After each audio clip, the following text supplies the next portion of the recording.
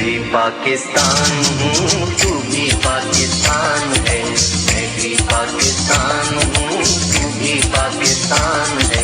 तू तो मेरी जान है, तू तो मेरी आन है, तू मेरा ईमान है। बिस्मिल्लाहिर्रहमानिर्रहीम।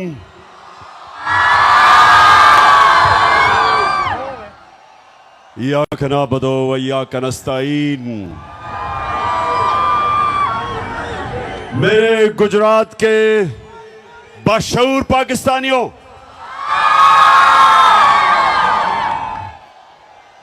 मैं अभी बैठा सबको देख रहा था और मैंने ये देखा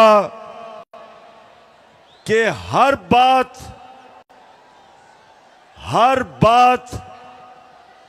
जिसके अंदर कोई सियासी शऊर होना होता था, एकदम मेरे सारे नौजवान और मेरी बहनें एकदम उसके ऊपर रिएक्ट करती थी। माशाल्लाह माशाल्लाह। और आज 8 साल के बाद इसी स्टेडियम में मैं आया और 8 साल पहले मैं समझता था कि बहुत बड़ा जलसा है, लेकिन आज माशाल्लाह आपने सारे रिकॉर्ड तोड़ दिए। शुक्रिया।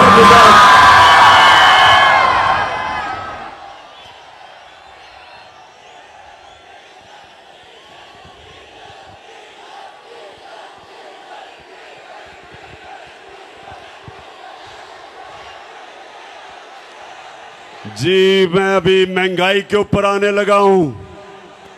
डीजल की कीमतें मुझे पता है कि कहां से कहां गई। जब हमारी हुकूमत को साजिश के तहत हटाया गया तो 150 रुपया लीटर पे पेट्रोल था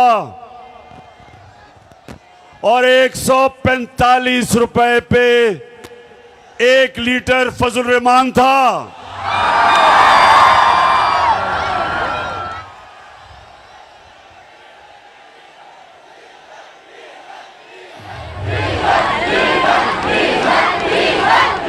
और ठीक कहते हैं नौजवानों, जब डीजल महंगा होता है सब कुछ महंगा हो जाता है। ट्रांसपोर्ट महंगी हो जाती है, जनरेटर महंगा, बिल ज्यादा आता है किसानों का, हर चीज महंगी होती है जब फजल रहमान महंगा होता है। अच्छा गुजरात, अब जरा थोड़ी खामोशी से नौजवानों, अभी मैं डीजल पे बाद में आऊंगा, यानी मजीद डीजल पे बात करने के लिए बाद में आऊंगा। अच्छा अब सुने नौजवानों, अल्लाह ने संजीदगी से सुननी है बात मेरी, क्योंकि मैं नौजवानों आपके लिए खास तौर पे मैं अपनी कौम को हकीकी आजादी के लिए जगाने की कोशिश कर रहा हूं और मैं अल्लाह का शुक्र अदा करता हूं कि उसने मेरी कौम को जगा दिया है, बेदार कर दिया है। कौमों को इश्यूज का समझ आ गई है, कौमों में शऊर आ गया है और पहले शऊर आता है और उसके बाद इनकलाब आता है और इनकलाब हकीकी आजादी का, जो इंशाअल्लाह हमारी कौम को उधर लेके जाएगा जो हमारे अजीम नजरियाती लीडर इल्लामा इकबाल की सोच थी। एक गैरतमंद खुदार कौम, अपने पैर पे खड़े होने वाली कौम, जब दुनिया में बाहर जाए हर पासपोर्ट की दुनिया इज्जत करे। इंशाल्लाह एक वक्त आएगा और नौजवानों बड़ी ख्वाब देखा करो, बड़ी सोच रखो। एक वक्त आएगा और अल्लाह मैं तेरे से दुआ मांगता हूं कि वो वक्त आए कि जब मेरा पाकिस्तानी दुनिया में जाएगा तो दुनिया कहेगी कि वो देखो पाकिस्तानी आ रहा है। ये ऐसे होगा। और नौजवानों सुनो मेरी बात, इंसान वो बड़े काम करता है जो बड़ी ख्वाब देखता है। वो इंसान ऊपर जाता है जिसकी बड़ी ख्वाब होती है। अगर मैं अच्छा, अल्लाह ने क्रिकेट में कामयाबी दी थी तो इसलिए कि मैं बाकी खिलाड़ियों से बड़ी ख्वाब देखता था। मैं कभी मेरी ख्वाब रुकती कहीं नहीं थी कि पहले मैं कहता था मैं पाकिस्तान के लिए खेलूंगा, फिर मैंने कहा मैं पाकिस्तान का सबसे बेहतरीन खिलाड़ी बनूंगा, फिर मैंने कहा मैं दुनिया का सबसे बेहतरीन ऑलराउंडर बनूंगा, और फिर मैंने कहा अपने आप से कि मैं अपनी टीम को वर्ल्ड कप जिताऊंगा। ये होती है ख्वाब। तो मेरे नौजवानों, आप में से बड़े काम वो करेगा जो बड़ी ख्वाब देखेगा। और मैं पाकिस्तान की ख्वाब आपको बता रहा हूं कि अल्लाह ने हमें सब कुछ दिया है। मेरे मौला ने इस मुल्क को 12 मौसम दिए हैं। 12 मौसम है पाकिस्तान में, हम कुछ भी उगा सकते हैं। अल्लाह ने हर किस्म की नेमत दी, ज़रख़ेज़ जमीन दी, टैलेंटेड नौजवान दिए। वो पाकिस्तानी जो बाहर जाते हैं और बड़े बड़े काम करते हैं, जब मौका मिलता है मेरे नौजवानों को, ये सारी दुनिया में शाइन करते हैं, ऊपर जाते हैं। तो जो नौजवानों, मैं आपको आज बात बताना चाहता हूं जिसकी वजह से मैं अपनी सारी कौम के पास जा रहा हूं, अपने नौजवानों को जगा रहा हूं कि जब तक एक कौम हकीकी तौर पे आजाद नहीं होती, उसकी परवाज ऊपर नहीं जाती। गुलाम ऊपर नहीं जा सकते। गुलाम सिर्फ अच्छे गुलाम बन सकते हैं। सिर्फ आजाद इंसान इलामा इकबाल के शाहीन बन सकते हैं। सिर्फ वो ऊपर परवाज कर सकते हैं। कायदे आजम एक गुलाम हिंदुस्तान में एक आजाद लीडर था। मुखालिफ भी कायदे आजम को इज्जत से देखते थे, खुददार थे, गैरतमंद इंसान था। लोग इज्जत आपकी तब करेंगे, नौजवानों ये सुन लो मेरी बात, जितना मर्जी पैसा कमा लो आपको इज्जत नहीं मिलेगी। इज्जत तब मिलेगी जब आप पहले अपनी इज्जत खुद करेंगे। अगर दुनिया से इज्जत करवानी है, पहले अपनी इज्जत को खुद करो। और जो कौमें अपने लोगों की इज्जत नहीं करती, अपने लोगों को भेड़ बकरियों की तरह रखती हैं, लोगों पे जुल्म करती हैं, लोगों को इंसान नहीं समझती, उस कौम की कोई इज्जत नहीं करता। इसलिए मेरे पाकिस्तान के नौजवानों, हमने सबसे पहले अपनी कौम को हकीकी तौर पे आजाद करना है। हमने अपने लोगों को हकूक देने हैं, इंसाफ देने हैं, और इंसाफ दे के लोगों को आजाद करना है, क्योंकि इंसाफ इंसानों को आजाद करता है।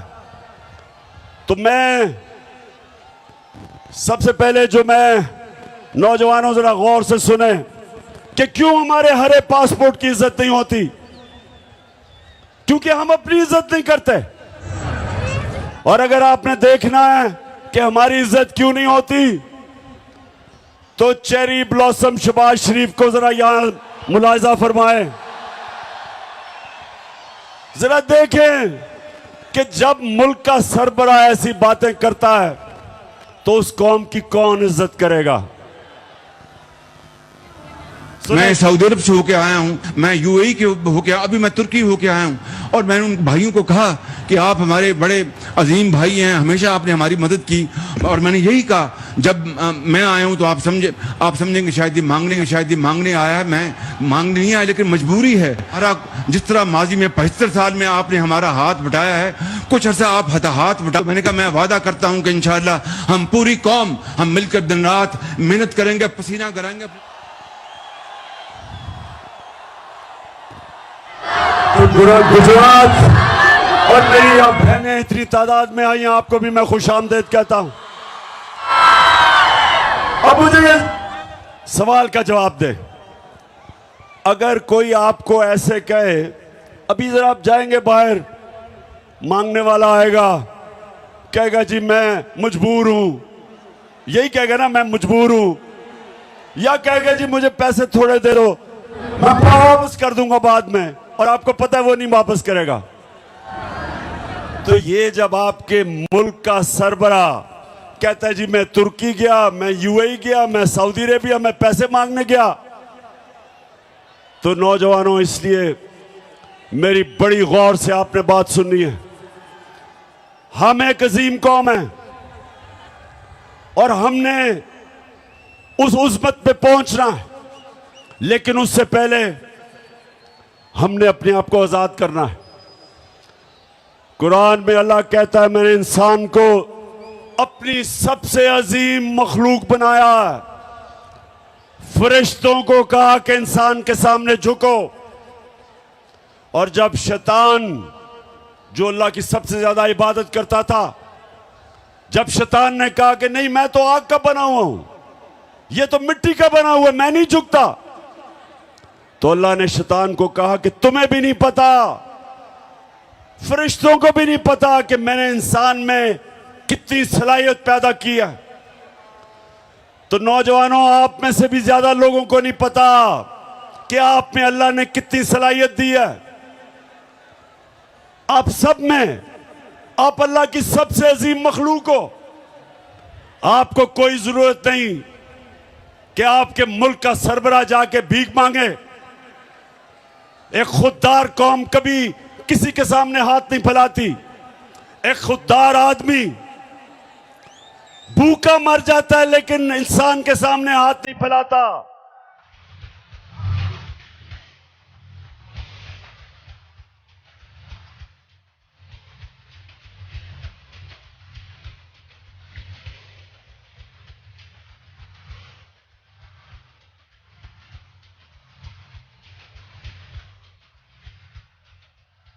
तो गुजरात नौजवानों, मैं आपसे और भी बातें करूंगा, लेकिन मैं आपकी तरबियत भी करूंगा, क्योंकि मैं चाहता हूं कि आप सब मेरे साथ तैयारी करें।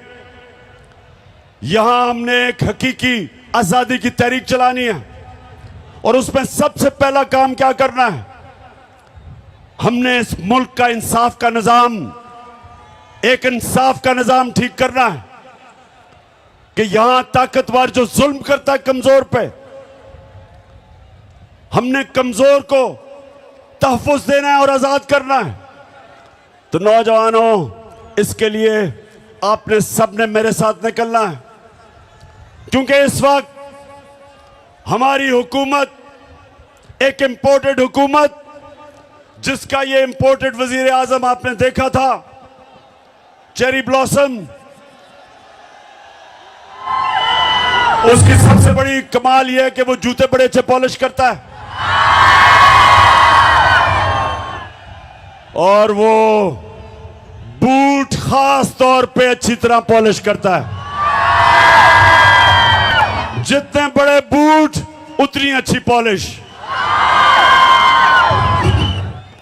तो आपने इसलिए मेरे साथ निकलना है कि ये बैरूनी साजिश के तहत चोरों का टोला हमारे ऊपर मुसल्लत किया गया। ये थ्री स्टूजेस जो हमारे ऊपर मुसल्लत किए गए, क्योंकि ये बड़ी अच्छी तरह अपने बैरूनी आकाओं के जूते पॉलिश करते हैं, इसलिए मुसल्लत किए गए।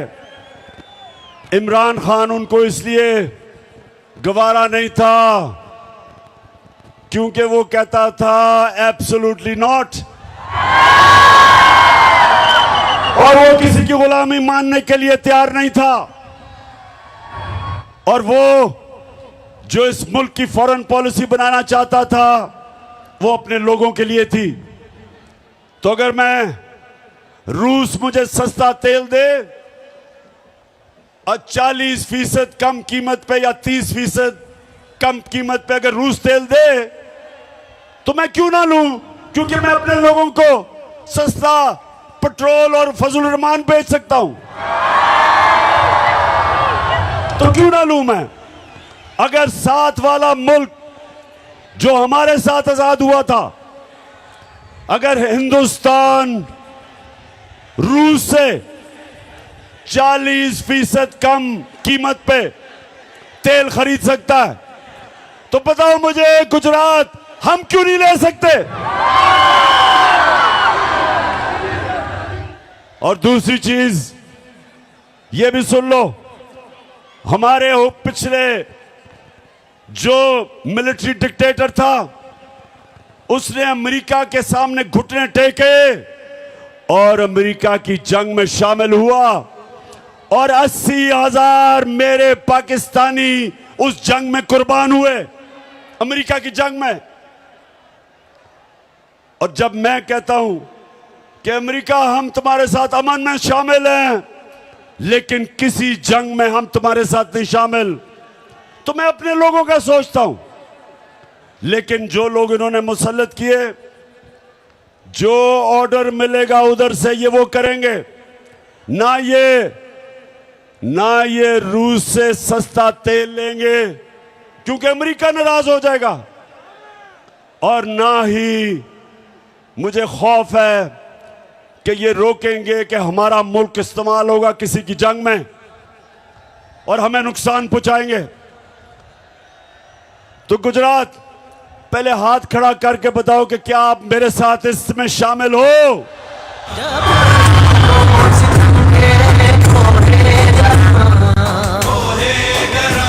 रूही की तरह उड़ जाएंगे हम महकूमों के पांव तले,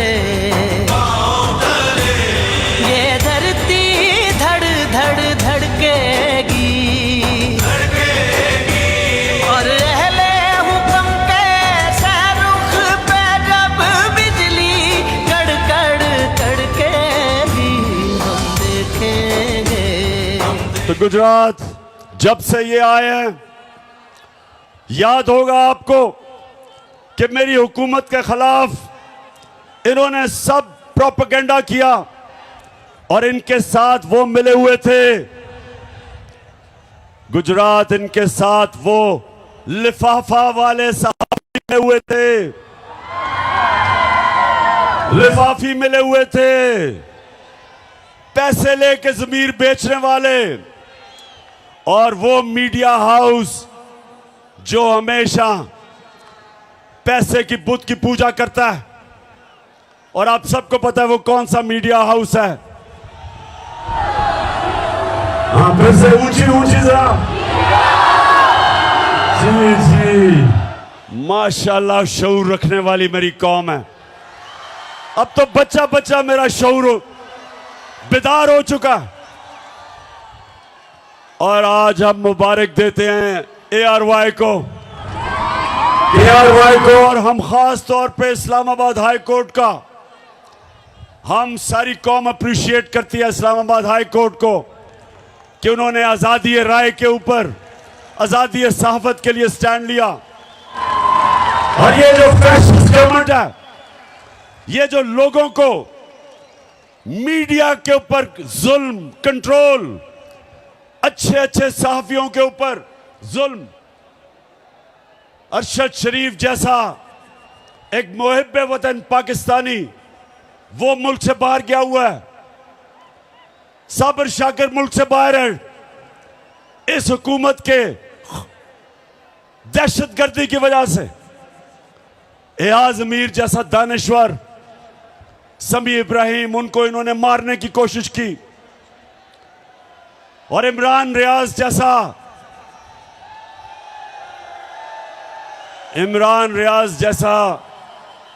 बाज़मीर सहाफी, उसको जेल में डाला, ARY को बंद किया, बोलने जब दिखाना शुरू किया उसको बंद किया। तो मैं इस्लामाबाद हाई कोर्ट आपको ये कौम सलाम करती है। वैसे मैं नौजवानों में यहाँ ये एक और भी आपसे बात करा चलूं, क्योंकि मेरा केस लगा हुआ है। मैं पहले ये सबसे सारी कौम के लिए, अभी मैंने आपको एक दो और वीडियोस बड़ी मजेदार दिखानी है, जरा थोड़ा सब्र करें जरा। तो ये 26 साल पहले मैंने जब सियासत शुरू की, नाम था उसका इंसाफ की तहरीक, और हमने 26 साल पहले कहा कि पाकिस्तान की अदलिया आजाद होनी चाहिए। आजाद होगी तो लोगों के हकूक की हिफाजत करेगी। 26 साल पहले मैंने ये कहा। उसके बाद जब आजाद अदलिया की तहरीक चली तो मैं वाहिद पॉलिटिकल लीडर था जिसको जनरल मुशर्रफ ने जेल में डाला आजाद अदलिया की तहरीक में, और हमारी जमात वो थी। 2008 का इलेक्शन हमने बॉयकॉट किया आजाद अदलिया के लिए, और मैंने हमेशा अपनी अदलिया को मजबूत करने की कोशिश की, और मैं हमेशा उनकी इज्जत की है। और ये जो नून लीग आज कह रही है अदलिया को कि इमरान खान के खिलाफ एक्शन लो, नून लीग शर्म से डूब जाओ।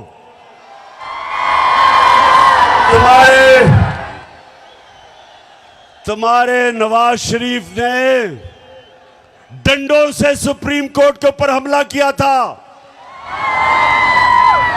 और चीफ जस्टिस सजाद अली शाह, एक ऑनरेबल चीफ जस्टिस को आपने ब्रीफ केस चला के रिश्वत जजेस को दे के एक ऑनरेबल चीफ जस्टिस को हटाया था। कभी मेरे से ये ना कभी कहना कि इमरान खान के ऊपर कंटेम्प्ट लगाओ, ये नून लीग वाले, तुम तो अपना मुंह बंद करो, कभी ऐसी बात ना करना। जस्टिस कयूम को टेलीफोन कर रहे हैं कि जज साहब वो बेनजीर को 3 साल नहीं 5 साल की सजा दो।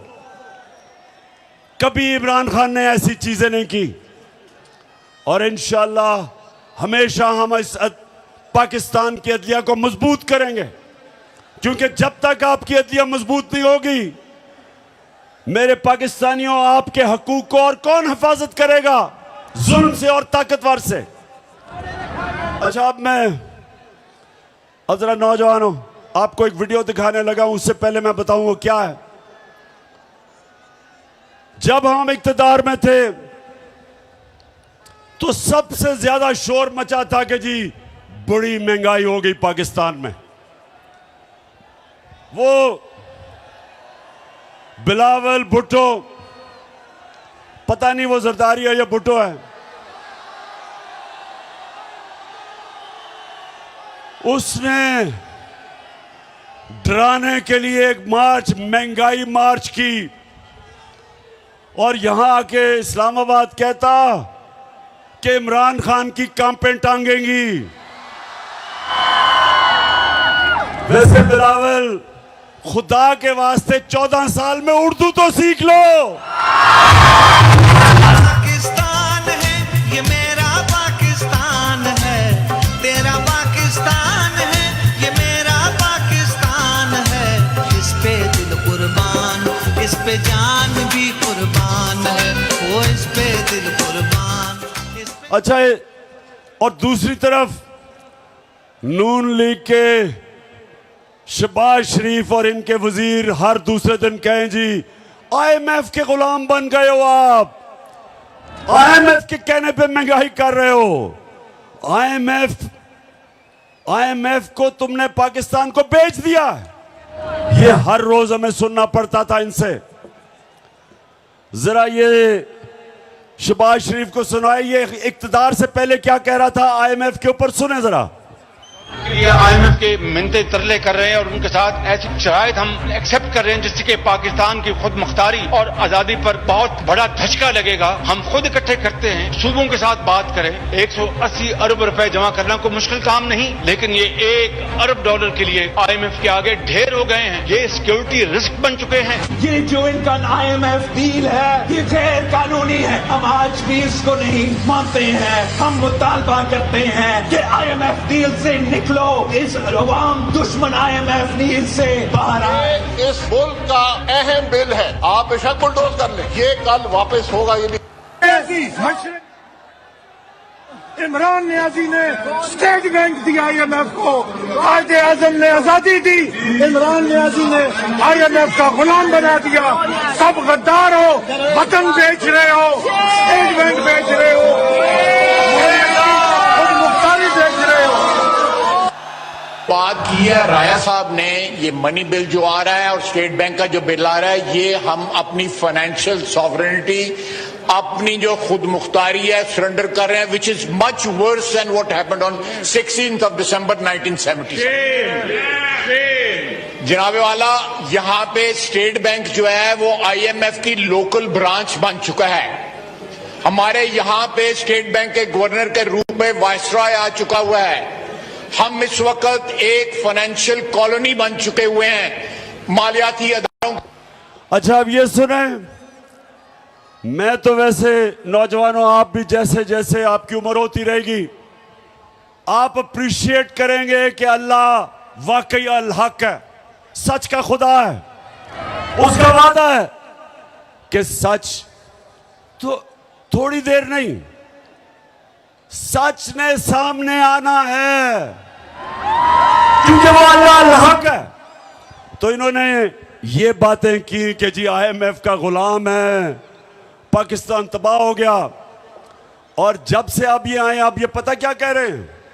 जब शौकत तरीन ने कहा कि जनाब सूबों में कैसे पैसे इकट्ठे करेंगे आपके लिए, क्योंकि सैलाब आ गया है, सैलाब के अंदर अरबों रुपए की तबाही हुई है, तो शौकत तरीन ने कहा कि आप ये कैसे, हम कैसे सूबे पैसे इकट्ठे करेंगे जब इतनी तबाही आई है?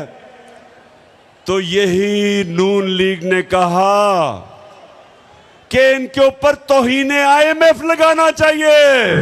इनको गद्दार बना दिया कि इनकी जुर्रत कि ये IMF की बातें नहीं मान रहे। ये सुन कि ये होते हैं मुनाफिक। जब इक्तदार से पहले थे तो तब IMF बहुत बुरा था, और हम वो जमात थे जो कीमतें नीचे रख के बैठे हुए थे, जबकि हम भी IMF के प्रोग्राम में थे। फिर से मैं आपको याद करा दूं, हमारे दौर में जब हमारी गवर्नमेंट थी तो पेट्रोल था 150 रुपए लीटर और डीजल था 145 रुपए लीटर। और आज ये कहते हैं कि IMF का हुक्म आया है। IMF का हुक्म पे आज डीजल पेट्रोल चला गया 236 रुपए लीटर, 80 रुपए लीटर बढ़ा है 4 महीनों में। और जो डीजल है वो 100 रुपया बढ़ा। तो मैं सवाल पूछता हूं कि जब हम इनसे पूछते हैं कि जी क्यों इतना आपने तेल क्यों इतना बढ़ाया, तो कहते IMF का हुक्म है। हम भी IMF के प्रोग्राम में थे, हमने महंगाई ऐसे नहीं आने दी।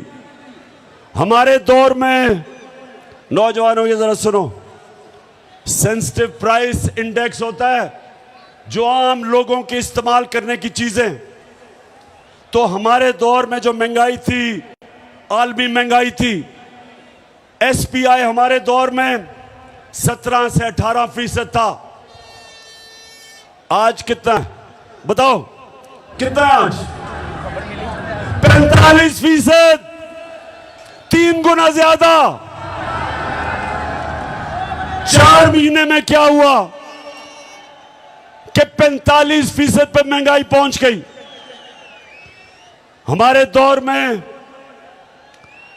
दौर में तेल आलमी मार्केट के अंदर $103 और $110 में था। फिर से सुन लो, हमारे दौर में 103 से $110 पे तेल था आलमी मंडी में। आज $96 है तेल, आज $96 है, उससे कम है। तो आज पेट्रोल और डीजल इतना महंगा कैसे हो गया? हम भी IMF प्रोग्राम में थे, आज इतनी महंगाई कैसे हो गई? इन्होंने तो सारी हमारी हुकूमत के खिलाफ प्रोपेगेंडा महंगाई पे किया था। आज लोगों से पूछे बिजली के बिल, हमारे दौर में 18 रुपए यूनिट बिजली थी, उसको भी हमने 5 रुपए पे सब्सिडाइज किया था। आज बिजली 36 रुपए यूनिट है और टैक्स लगा के 50 रुपए तक पहुंच जाती है। बिजली के बिल आए आपके घरों में? बताएं, आए बिजली के बिल? बिजली के बिल आए तो मुझे बताएं कि साथ आपने डिस्प्रिन रखी हुई थी सरदर्द बचाने के लिए। ये है आज जो बाहर से हमारे ऊपर इंपोर्टेड हुकूमत जो लेके आए थे। ये इसलिए नहीं आए थे महंगाई कम करने के लिए, ये आए थे अपने करप्शन के केसेस खत्म करने के लिए। खुदा के काबे से सब बुत उठवाए जाएंगे, हम रहले सफा मरदूदे हरम मसनद पे बिठाए जाएंगे, सब ताज उछाले जाएंगे, सब तख्त गिराए जाएंगे, हम देखेंगे। तो ये गुजरात, ये महंगाई कम करने नहीं आए थे, ये अपने करप्शन के केसेस वो खत्म करवाने आए थे। पहले जनरल मुशर्रफ ने इनके केसेस खत्म किए, NRO दिया 2008 में। तब इन्होंने अरबों रुपए की चोरी की थी, शरीफ और जरदारी खानदान ने, उसने केस माफ किए, जबकि वो कर नहीं सकता था क्योंकि पैसा तो आपका था। गुजरात फिर से समझ जाओ, चोरी और करप्शन में क्या फर्क है? चोरी होती है जो आपके घर में कोई आके चोरी करे, मेरी कोई घड़ी चोरी कर ले, मेरे घर से पैसे लूट ले, ये इसको चोरी कहते हैं। करप्शन होती है जब कौम का पैसा चोरी होता है, जो पैसा आपके स्कूलों पे, अस्पतालों पे, सड़कों पे, गुर्बत कम करने पे, सब्सिडी देने पे जो पैसा आपके ऊपर लगना होता है वो इनकी जेबों में चला जाता है, वो मुल्क को नुकसान पहुंचाता है। और जब मुल्क के सरबरा, प्राइम मिनिस्टर, वजीर चोरी करते हैं, मुल्क तबाह हो जाता है। तो गुजरात, हमारी जंग इंसाफ की, जब इंसाफ आएगा तो चोरी खत्म होगी, करप्शन खत्म होगी। और इसलिए हमने सबने मिलके इस इंपोर्टेड हुकूमत के साथ अब तैयारी करनी है, एक तहरीक चलानी है, और जब मैं कॉल दूं आप सबने निकलना है।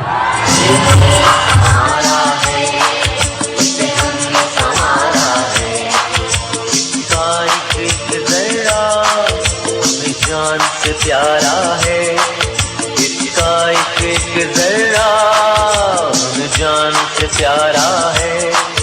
ये देश, ये देश, ये देश हमारा है, ये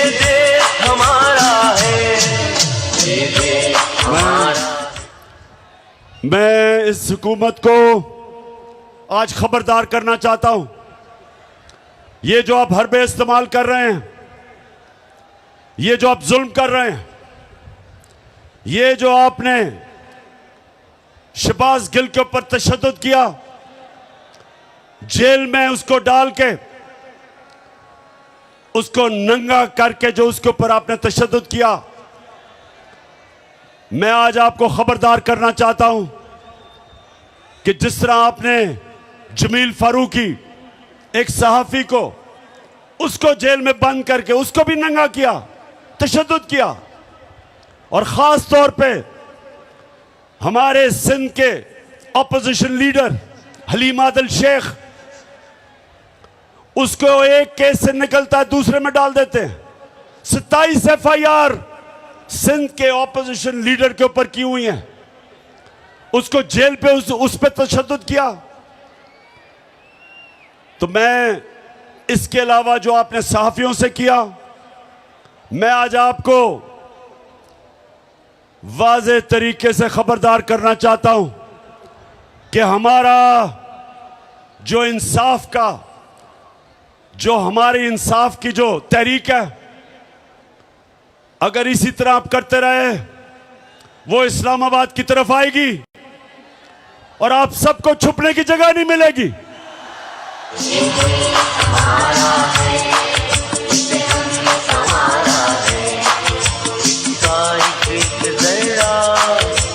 जान से प्यारा है, इसका एक जरा हमें जान से प्यारा है।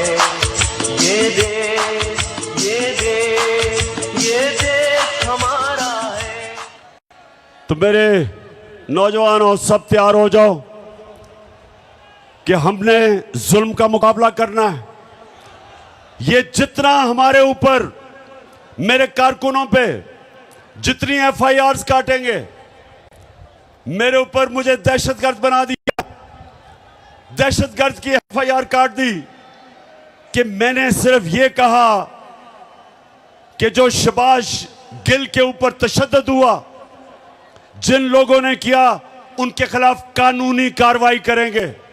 इसके ऊपर मेरे ऊपर दहशतगर्दी का इन्होंने दफा लगा दी। जो मर्जी आप करें, ये मैच का वो वक्त आ गया है। 20 साल क्रिकेट की ग्राउंडों में मुकाबला करने के बाद ये मेरा तजर्बा है कि आज जो हमारा मुकाबला है इन चोरों से, वो मैच का वो वक्त आ गया है कि PDM आप सब जो मर्जी कर लो, अब आप जीत नहीं सकते। फिर से तू डट जा, फिर से वो बल्ला घुमा।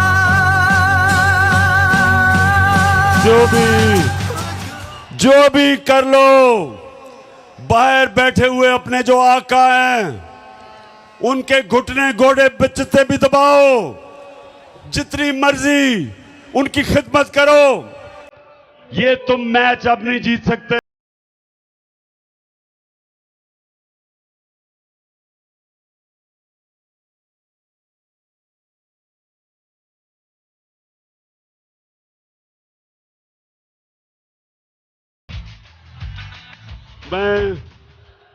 मैं जितने भी हमारे ज़लज़ला सैलाब से मुतासरीन लोग हैं, सारे पाकिस्तान में, गिलगित बल्तिस्तान, आज़ाद कश्मीर, पख्तूनख्वा, DG खान ख़ास तौर पे, और राजनपुर डिस्ट्रिक्ट पंजाब की और सिंध की ज़्यादातर डिस्ट्रिक्ट मुतासर हैं, और बलोचिस्तान। मैं इंशाअल्लाह अपनी सारी पार्टी को भी, अपनी कौम को इकट्ठा करूंगा, पैसे जमा करूंगा, और माशाअल्लाह चीफ मिनिस्टर का जो रिलीफ फंड था उसमें 5.5 अरब रुपया आया, लेकिन इससे बहुत ज्यादा आना था, क्योंकि लोग पहुंच ही नहीं सके, लोग टेलीफोन कॉल नहीं कर सके।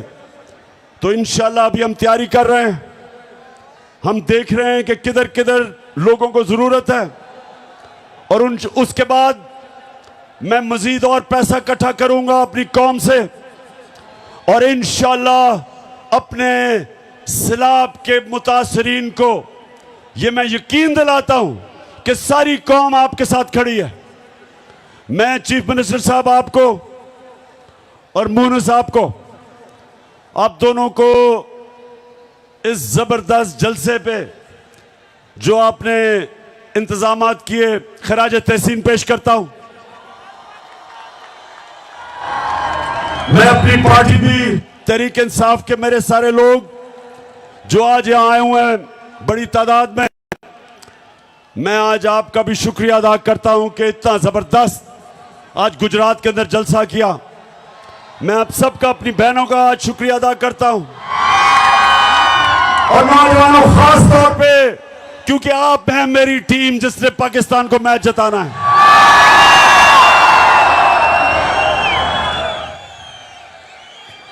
मैं अपने सारे स्टेज के ऊपर एमपीज, एमएनएज सबको, सारे आपकी सारी फैमिली को, चौधरी साहब, अपनी टीम को, आज मैं सारों को इस शानदार शाम के और जबरदस्त जलसे का आप सबको खराज तहसीन पेश करता हूं।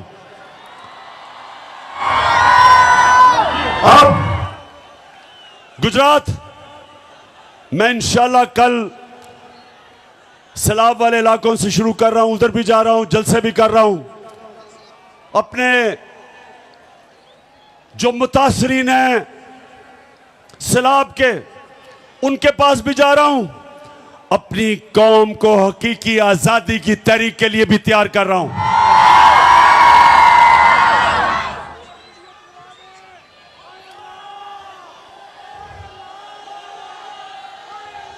अच्छा, तैयार हो आप? तैयार हो तहरीक के लिए? माशाल्लाह माशाल्लाह। गुजरात, मैं आज आप सबका दिल से शुक्रिया करता हूं। पाकिस्तान जिंदाबाद।